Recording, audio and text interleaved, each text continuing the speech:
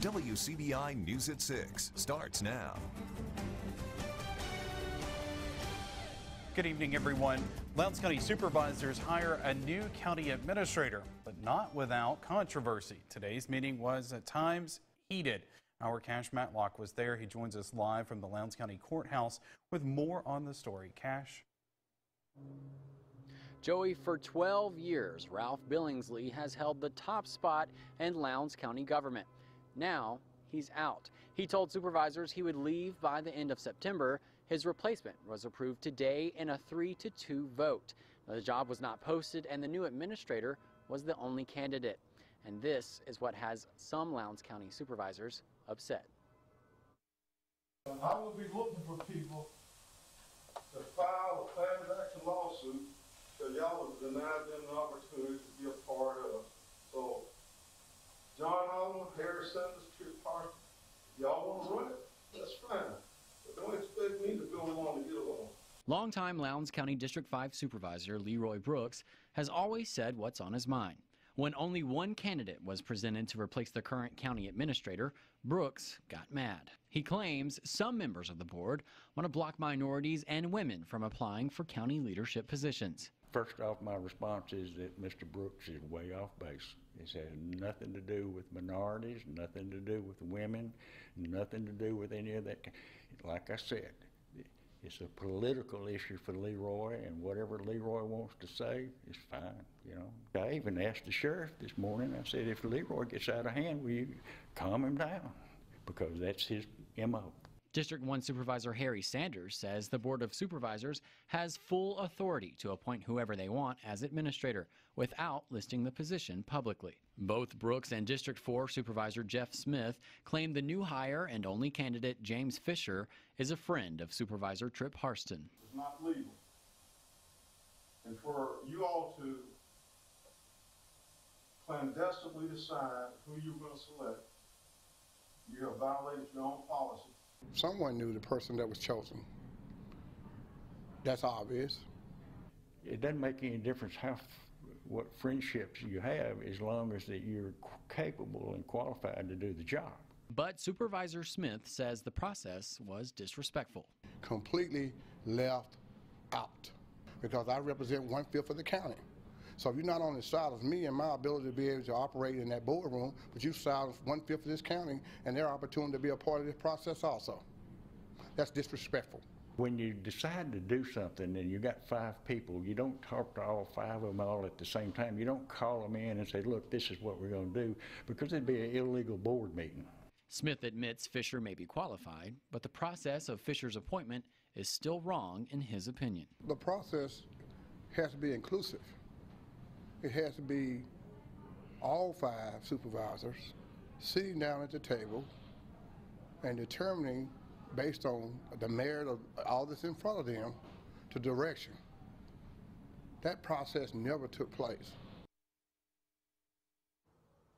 Fisher will work alongside the current county administrator, Ralph Billingsley, from May 1st until September 30th. His starting salary is set at $50,000, and that money is set to come from the current budget payroll. Now, Sanders says that there's plenty of extra money because the county is short on employees. Reporting in Columbus, Cash Matlock, WCBI News. The county administrator's job wasn't the only thing on the supervisor's agenda today. The board also decided to research the possibility of adding new storm shelters in the county.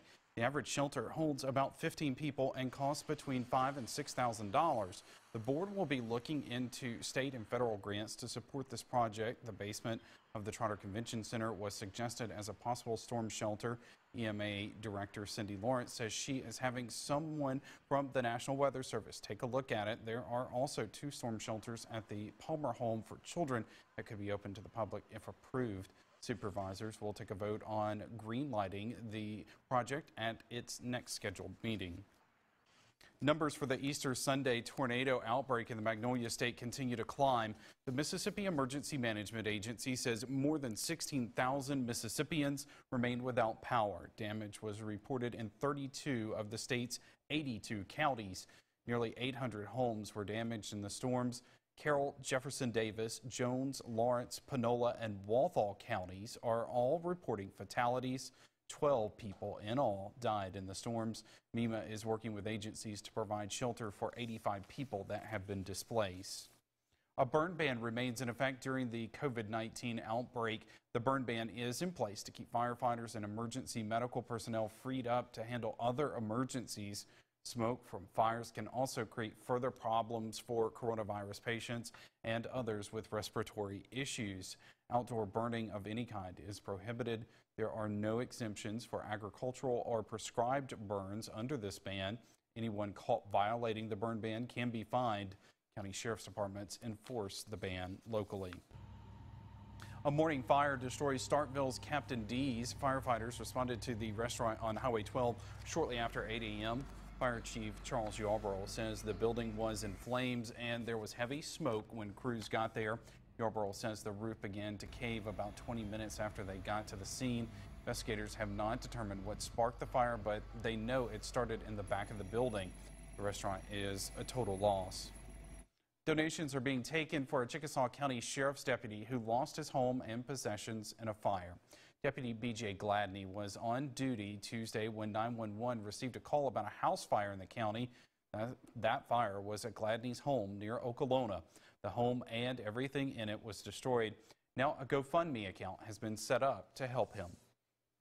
And we're just asking anybody that would feel led to donate. We're hoping to be able to give it to him the next couple of days to where he can buy some clothes and shoes. And I mean, like I said, it's just devastating for him because he's lost everything that he owned. There is a link to the GoFundMe page for Deputy Gladney on the Chickasaw County Sheriff's Department's Facebook page.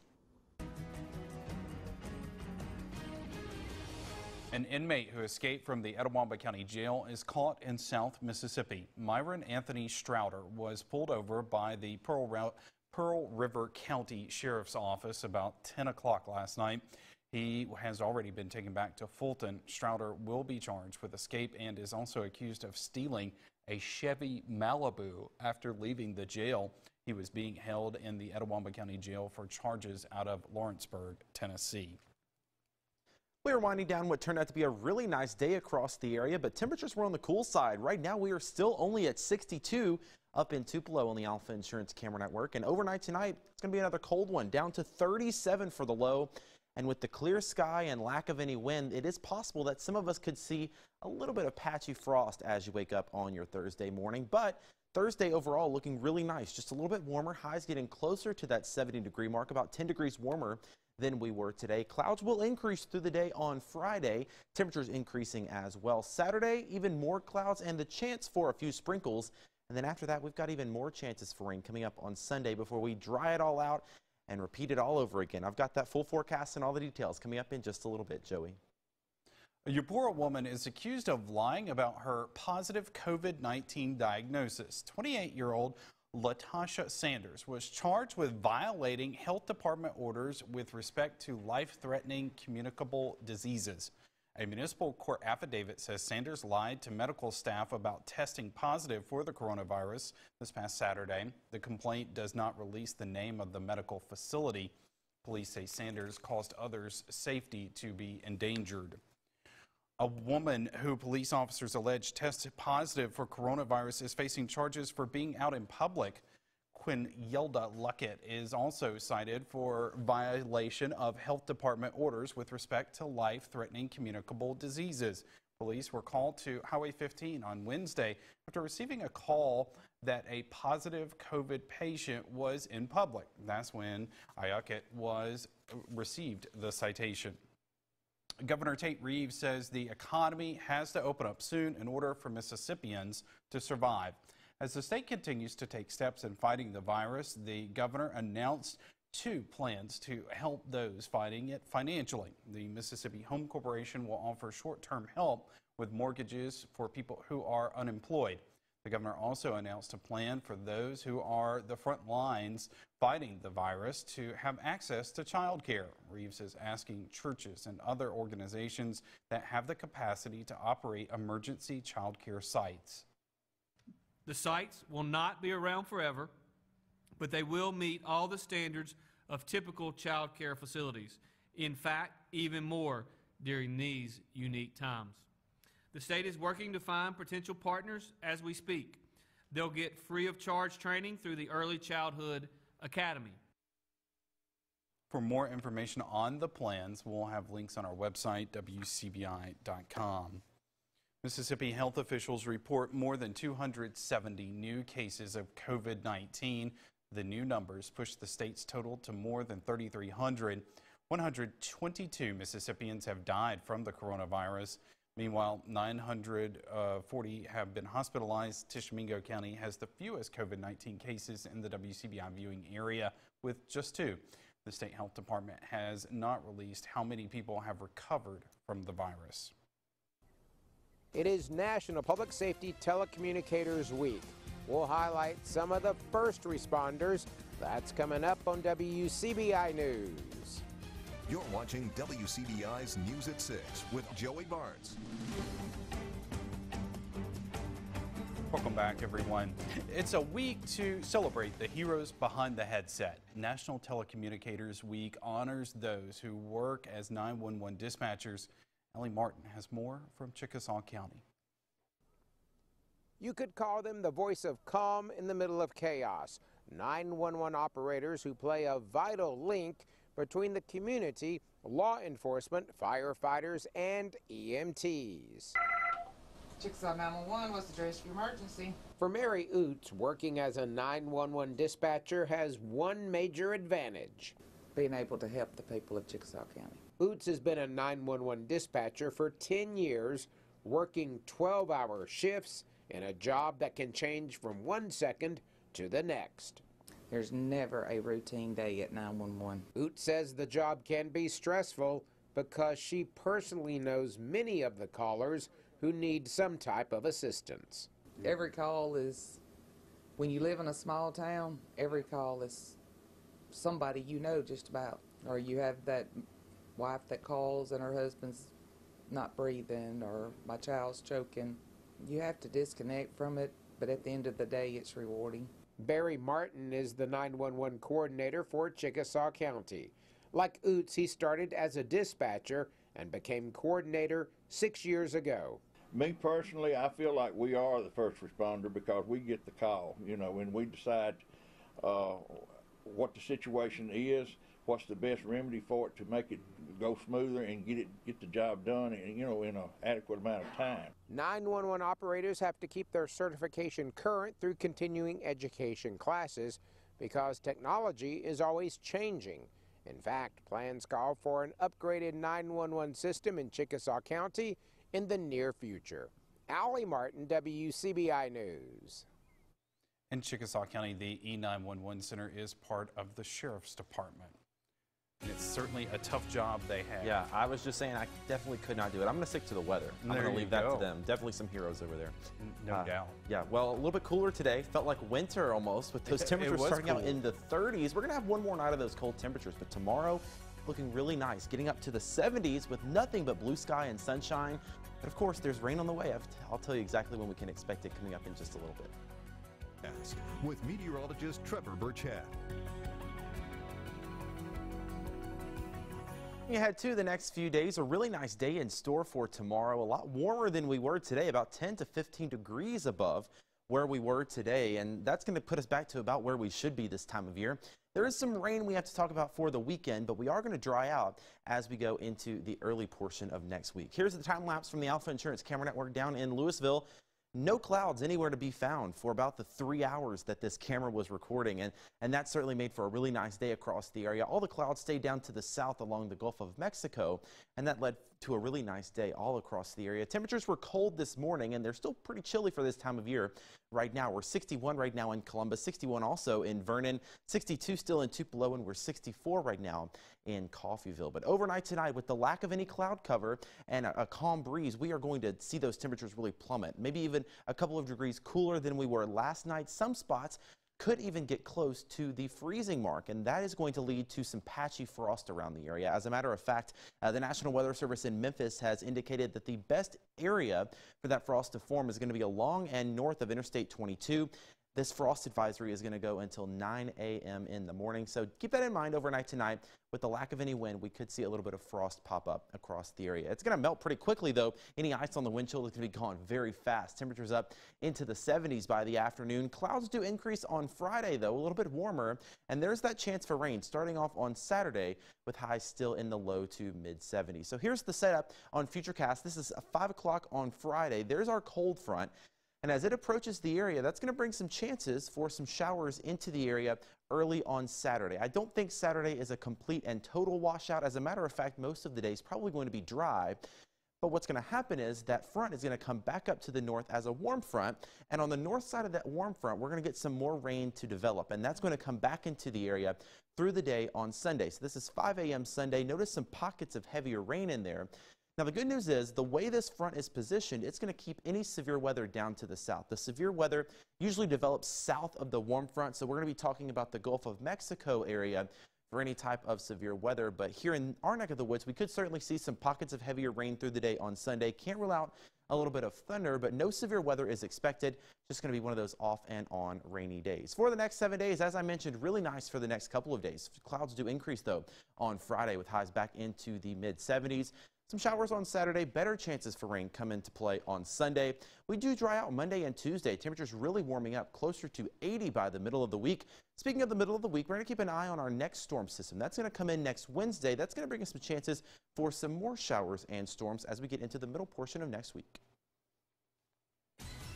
Most sports may be taking a break right now, but there are some behind-the-scenes moves being made. Tom has an update when we come back. WCBI Sports with Tom Ebel is brought to you by your local Ford dealers. Go further. The Mississippi High School Activities Association making it official on Wednesday. The executive committee deciding to cancel all spring athletics and activities through the remainder of the school year. In a press release released on Wednesday, the MHSAA not only canceling spring athletics, but also postponing all activities, including off-season and summer sports, until at least June 1st.